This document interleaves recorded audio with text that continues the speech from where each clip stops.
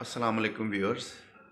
हमारा आज का काम, बहुत से स्टूडेंट्स ऐसे हैं कि जिनको किसी भी ज्योमेट्रिकल शेप का एरिया फाइंड करना नहीं आता।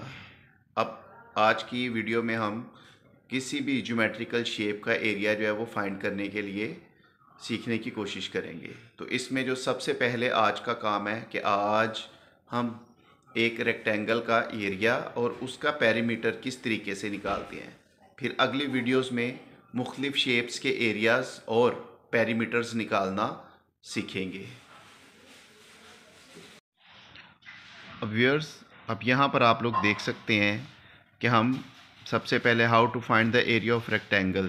तो इस रेक्टेंगल को निकालने के लिए सबसे पहले मैं एक शेप बनाता हूँ जिसमें आप लोग देख सकते हैं कि रेक्टेंगल का एरिया निकालेंगे तो किस तरीके से निकालेंगे।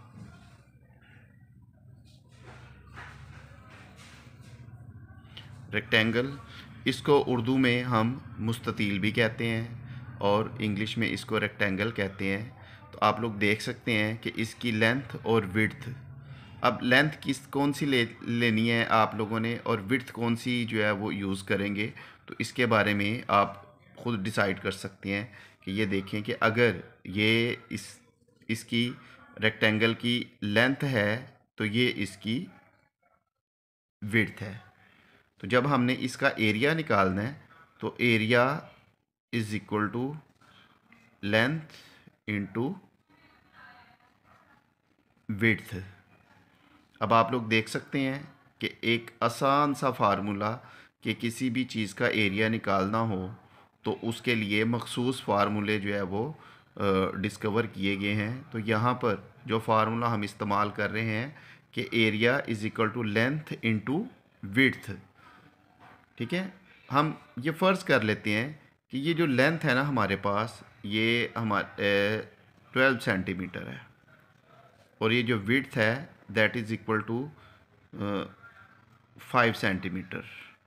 ये सपोज़ कर रहे हैं हम, इसके अलावा कोई और वैल्यू भी ले सकते हैं। तो इसका जब हम एरिया निकालेंगे तो एरिया निकालने के लिए आपको पता है कि लेंथ हमारे पास 12 सेंटीमीटर है,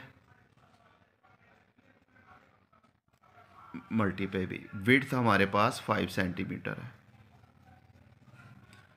अब ये जो एरिया आएगा हमारे पास that is equal to 12 5 the 60। अब यहाँ पे सेंटीमीटर को सेंटीमीटर के साथ भी मल्टीप्लाई करेंगे तो ये सेंटीमीटर का स्क्वायर आ जाएगा। तो ये एक आसान सा क्वेश्चन है। इसी तरीके से आप मज़ीद क्वेश्चंस भी कर सकते हैं। अब ये तो था कि हाँ भाई एरिया निकालने का तरीका, और वो भी रेक्टेंगल का। इसी तरीके से अगर हमें और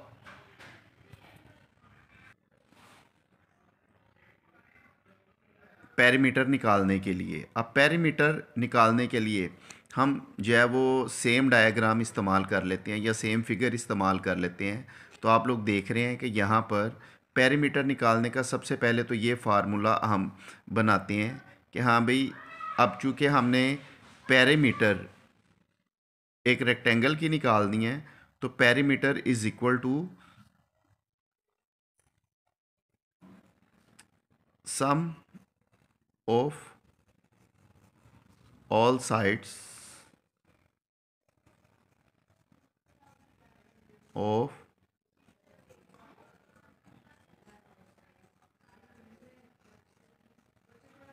रेक्टेंगल। तो इसका मतलब है कि P इज़ इक्वल टू, अब यहाँ पर आप लोग गौर कीजिएगा, अगर यहाँ पे देखें तो ये L है तो इसके जो अपोजिट साइड है ना इसकी, वो भी L के बराबर होगी। अब इस विड्थ है तो इसकी जो अपोजिट साइड है वो भी विड्थ के बराबर होगी। तो इसमें अब मैं यहाँ पे यूज़ कर सकता हूँ कि हाँ भाई यहाँ पर ये भी L होगा और ये भी विड्थ होगी। तो इसका मतलब है कि इसका जब हम फार्मूला बनाएंगे तो L plus W plus L plus W। अब इसका तरीकाकार ये है कि जितनी भी जिस किस्म की भी शेप आ जाए, आपने क्या करना होता है कि उनकी जो बाउंड्रीज़ होती हैं ना, उनकी लेंथ को ऐड कर देते हैं। तो इसमें आप लोग देख सकते हैं कि जैसे एग्ज़ाम्पल मैं आपको देता हूँ कि अगर आपको ये कहा जाए कि भाई आप अपने रूम का पेरीमीटर निकालें, तो आपके रूम की जितनी भी लेंथ्स होगी उन सब को ऐड कर दे तो वो पेरीमीटर निकल आएगा। तो पेरीमीटर इज़ इक्वल टू यहाँ पे 2L प्लस 2W, यानी कि two length double of the length and double of the width, means कि यहाँ पे 2 कॉमन ले लें तो लेंथ प्लस विड्थ।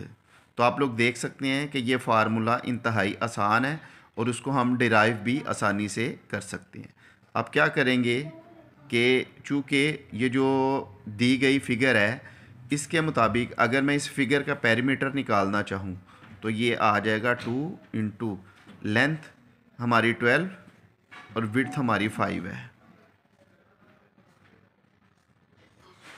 तो perimeter is equal to 2 into 17 और 17 two the 34 then is equal to, ये इसका जो यूनिट है आप लोग देख सकते हैं कि जो इसका यूनिट है वो 34 सेंटीमीटर निकला है। तो अगर इस पे गौर करें तो यूनिट पे ऊपर मैंने स्क्वायर नहीं लगाया। उसकी वजह ये है कि एरिया के अंदर जो यूनिट है वो मल्टीप्लाई हो रहे हैं, लेकिन यहाँ पर यूनिट्स जो हैं वो ऐड होंगे। तो इसका मतलब है कि यूनिट्स ऐड करने का मतलब है कि जैसे वेरिएबल्स के कोएफिशिएंट्स को ऐड करते हैं और जो वेरिएबल होता है अलजेब्रा में उसको वैसे ही लिख देते हैं।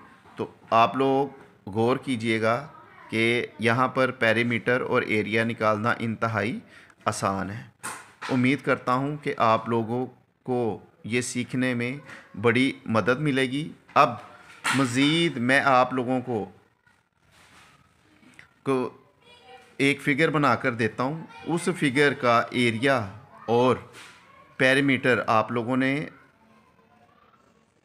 फाइंड करना है और फाइंड करके तो आप मुझे कमेंट में बताएंगे कि हाँ भाई इसके आंसर्स क्या आए हैं। फ़र्ज़ करो कि जो विड्थ है हमारे पास वो 10 सेंटीमीटर है और जो लेंथ है वो आ गई है 15 सेंटीमीटर। तो इसका एरिया और पेरीमीटर निकाल के आप लोग मुझे कमेंट में बताइएगा कि हाँ भाई इसका आंसर क्या आएगा। तो you have to find the area of the rectangle and perimeter of the rectangle.